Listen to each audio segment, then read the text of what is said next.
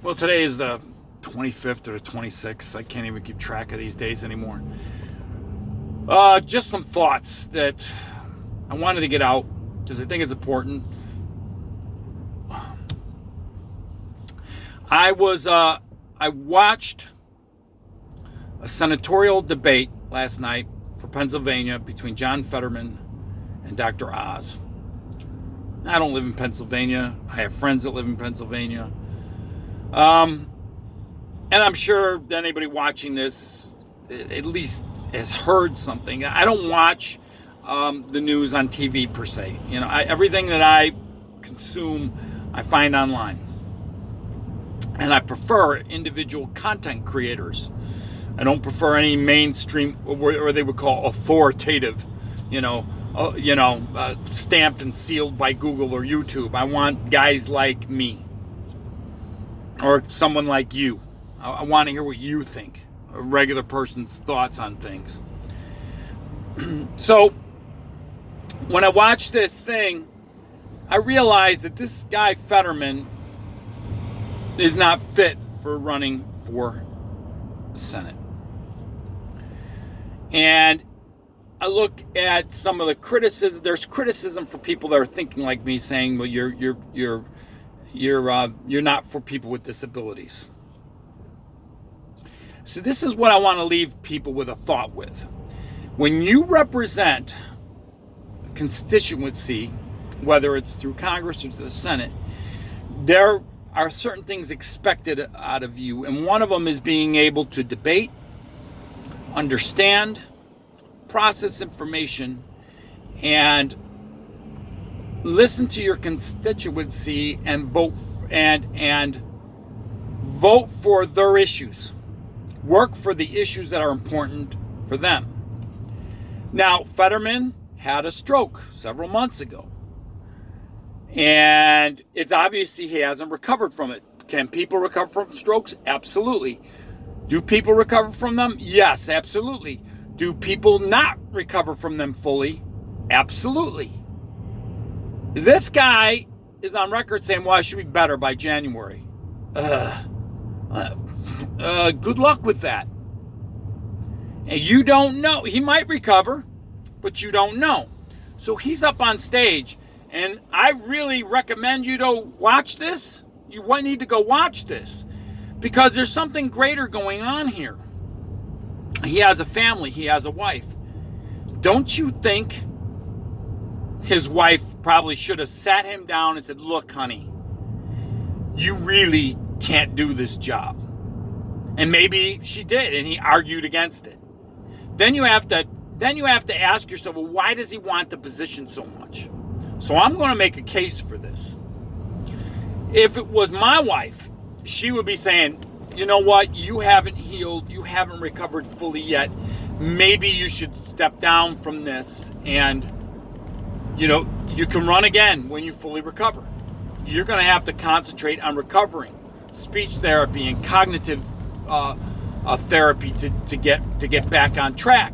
That's what my wife would say. I would think any wife would do that for her husband. I think any family members, if you're close, would do this. Right? It's what you would think. I mean, anybody listening to me sees the logic with this, right? But that didn't happen. They put him on stage, and I don't know who's pushing the agenda. Maybe there are more powerful people behind, which would shock me, that are pushing this. So, and from what I understand, the local papers in Pittsburgh barely even touched on his performance and his inability to answer simple questions coherently. They didn't even push that. And if you criticize him now, you're being against people with disabilities. So I'm going to leave you with this thought. If you were an attorney working for a law firm and you had this happen to you, okay? Just imagine this. The same thing happens to you as an attorney. Do you think your law firm is going to want to give you clients to represent? You know the answer to this. They're going to give you an extended leave with the hope of recovery and therapy. That's what's going to happen. You are not going to be fit to perform your job as an attorney, because being an attorney requires you to process information properly to represent clients. Think about this. Oh man, is that sun brutal today? No law firm is going to put you up on, but here, for some crazy reason, you can run for the Senate or you can run for Congress when you're mentally impaired. So here's the issue. If this guy gets elected, it's obviously he can't, he's having, there's a disconnect between processing what you hear. There's a disconnect there. And he's not willing to reveal his complete medical records.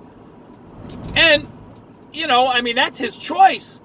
But if you think that he's going to have a full recovery just based on somebody's word, good luck with that. And at this age, come on, if anybody my age, you know, you've known people who have strokes. You've known people who recover from them, and you know people who didn't recover from them fully.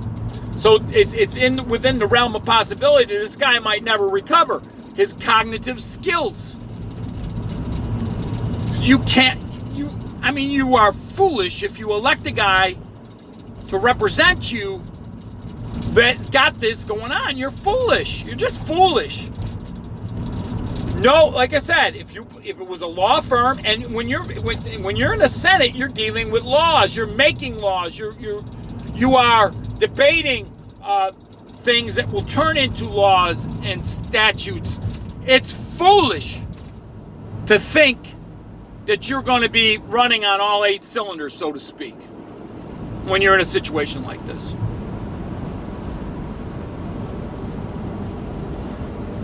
So all of a sudden, now if you criticize somebody with this kind of thing going on, let's come on, let's be honest. This is not like he lost a leg or a hand or something where you can perfectly perform a duty. Just try to think of it in the. There's a lot of senators and congressmen that are lawyers, and when they get up there, if you ever watch C-SPAN or whatever, you watch how they debate and they go about rulings of law and understanding, you better be able to process thoughts. You better be able to wrap your mind around some of this stuff. If you're going to be ruling over people, legislating and making laws over people, you better have some type of comprehension going on up here. This is where we're at, right? This is where we're at. Infinite numbers of genders, and you can you can be mentally impaired and run a country. And if you question it and you say anything about it, all of a sudden you're the one that's got the problem. This is where we're at. This is where we're at. It just boggles the mind. It's incomprehensible. It's inane. I just can't get over it every day. And I know there's people going to vote for this guy simply because they're going to feel sorry for him. So I'm going to leave this thought with you. Why wouldn't his family or his wife intervene in this? Why doesn't he just look at it and say, man, I think I can tell you why. Look at how much a senator makes. Take a look at what they get in benefits as far as health and pension. You don't even have to go for a full term. Take a look. Take a look and see what they get. See what they get for the rest of their life for serving in the Senate. And you don't even have to serve, a lifetime. I'll give you an example of this. President Obama served one term as a senator. President Obama served one term as a senator, and he didn't even finish that term out. He gets a pension for that. He gets health insurance for life for that. Even though he's got it double. He's got the pension of the president, the pension of a senator, and the health benefits of both of those positions. Do you and I get that? I'm just asking for a friend. Do you and I get this?